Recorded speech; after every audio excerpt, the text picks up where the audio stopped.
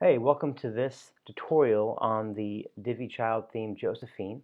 In this tutorial, I'll be covering how to achieve this effect here with the image taking up the left half and then the content area over here on the right half. We're also using the same type of effect down here where it's swapped. So pretty easy to do, but I'll show you how to do it. So first off, I have that page open up here, and honestly the easiest way to duplicate this effect would be just to copy the section and then paste it and then move it where you want it to. And then same thing down here where we have it the other way would be to copy, that section there is this one. That's this section right here. That'd probably be the easiest way to do it. And then you would go into the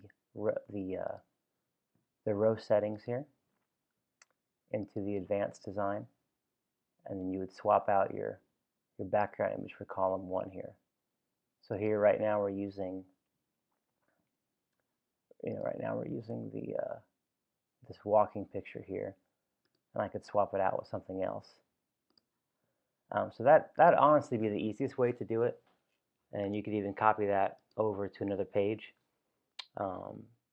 If you wanted to set it up from scratch for some reason and not use copy and paste, then what I would do, or what you would say to take notice, is just use a standard section and just study the layouts here. Like we have no padding on the top, none on the bottom. We're keeping that for mobile. I believe on the others they're just 0. Yeah. There's no custom CSS there, except I am using the menu here for the about link there. All the important stuff pretty much happens here on the row settings. So we're making it full width. We're using a custom gutter width, and I typed in 0 there.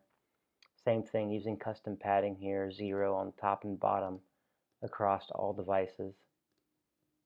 Keeping that custom padding on mobile. Under Advanced Design,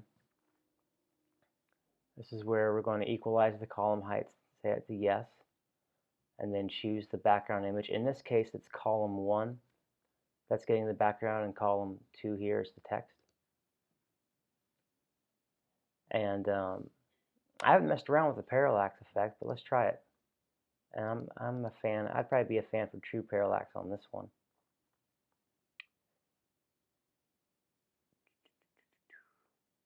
Okay.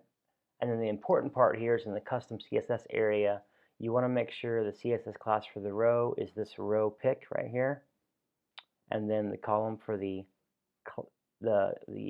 class for the column that has the image needs this row pick image class. So again, in this case, it's the first column, so we're applying that to the first column there, and then the column with the text, the content, is going to have row pick text on there.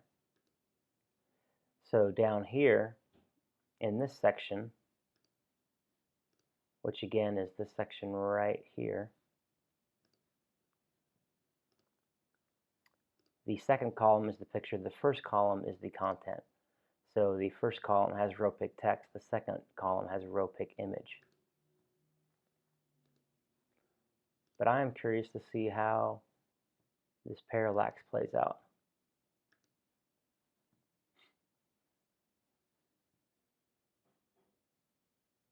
Oh yeah, that's nice. I think I like the static better, but there could be some cool effects done with that there. That's pretty sweet. So yeah, that's pretty much how to set up those areas. And then you'll notice in the Josefin Child Theme CSS, this is what's happening here with the row pick and row pick image. So you can change the orientation of the background image there. If you didn't like center, you could change that to something different. Maybe the left side of the photo is really important, so you want that to have left and center or left and top or whatnot. And then this is the text. This is going to control the padding around the text there. So right now we have it set to 50. but you could change that if that didn't quite suit what you're wanting to do. And then down here with the media queries, you see that when it gets down to tablet, it's gonna stack. Now that's nice. I do like the parallax on tablet. That's pretty sweet. But that's gonna stack them, and without that rule there, and it's this rule right here, the height 500 pixels. Without that rule, if I take that rule out, it's just gonna hide that content because it's empty. It's an empty column. So maybe you could put like an empty divider in there, and it probably would still try to equalize the columns. But I like to control that, so I have it showing 500 pixels there. Same thing down here. It's going to show the 500 pixels for the gal. And then you'll see as we get down to mobile, I'm going down to 250. So you could change those values. I'm also taking the padding down a little bit on mobile. And again, you can change that as you would like. And then lastly, I might as well just cover it since I'm in here. This video section here with this image, I'm basically just adding a lot of padding to that video row. Yeah, here we go. So you get a picture that has a lot of nice open space above it, or you could Photoshop one up. Or if you had like upside down mountains and blue sky, you could Photoshop more blue and do this effect to where, you know, the mountains would be up here, upside down mountains or whatever, or clouds, and then blue down there. And you would put padding on the top here to push the content down. But basically, you'll see that we're just giving a lot of bottom padding to make that work, and then adjusting the padding as needed, which in this example, it just so happened to work really nice. The 450 just worked really nice across all the devices. So that worked out really well. Yeah. So that's some insight there on a couple of the special sections that we did.